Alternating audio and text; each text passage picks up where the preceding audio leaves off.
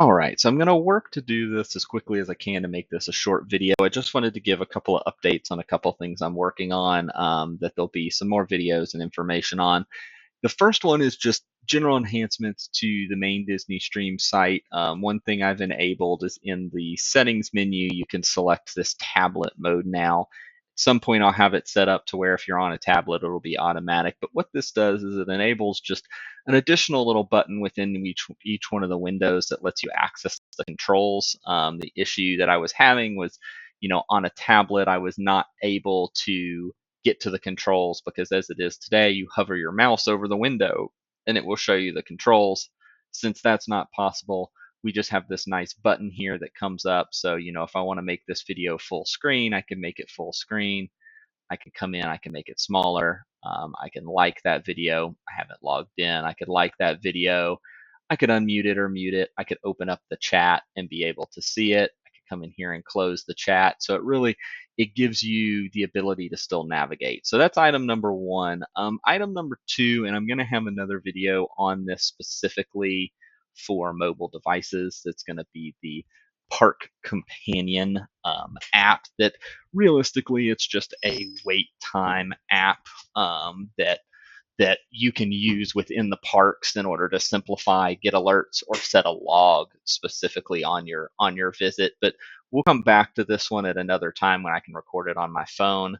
What we're going to actually look at for the main portion that's the rest of this is what I'm calling the wonderful window.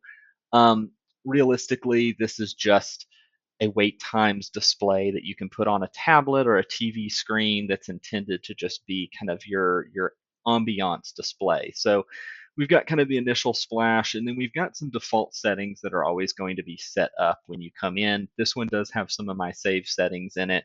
This is able to be installed just in the same way that the multi-view is able to be installed. So if you have a tablet, you can install it and it'll actually show as an app on your screen. So we've got kind of the default display here that's going to show you, the park. It's going to show you the ride name, the wait time, park hours. I've got the countdown here for my next trip. But we do have the ability here to go in and fully customize this. So if you specifically don't want to see certain parks, you can take those out if you only want to see certain rides. So it's like, I don't really care about seeing Big Thunder right now because it's down. But I have certain things that I'm not as interested in seeing. I can remove those. I can add in others. Still working on some of the UI aspects of this. I can also set the rotation interval. So maybe I want it to rotate quickly. Um, and this preview over on the right should update pretty well with what your settings are. It's not always going to match your display exactly. I do have a couple styles in here. So like this is the standard. We could do a more traditional look.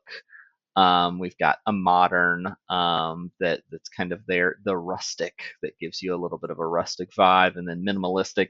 I'm working on building these out eventually, so you'll have some better options and customizations. But for now, it gives you kind of the bases. If you want to turn the transitions off, so you don't want it to have any animation, or maybe you want a static animation, so you want it to always slide to the left, you can set that so that it's a more similar.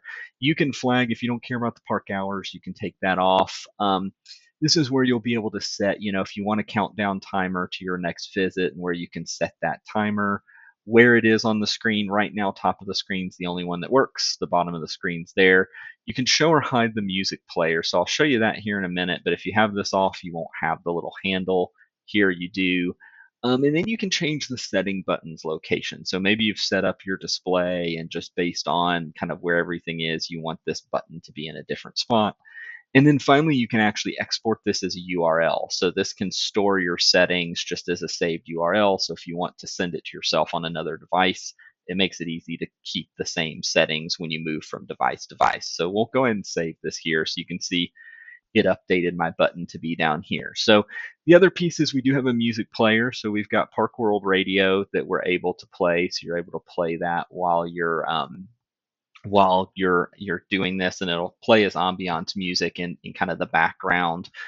The other big piece here is that you can edit the layout. So if I click that edit layout, it's now going to let me click on these elements individually and move them around the screen. So we can kind of see here, if I take a look, we got some space that's wasted as we see it here. So I can go, I want this park time to be down here a little bit closer to the bottom. I want to make the Magic Kingdom graphic here a little bit larger. We're also going to shift it over again to fill the screen. We'll put the park hours below it, but then let's make them big as well. So you can kind of override all the defaults here for your display, and this will save. This is stored kind of on a system device level.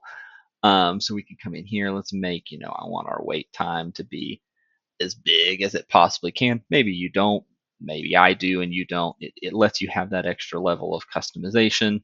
We can come back and save, and we can see now those changes have saved on the display. So it gives you just that extra level of customization that you can have. So that's where we're starting out. There'll be a lot of new things, additives that I'll have at some point, but that's just the beginning of what we have with the wonderful window.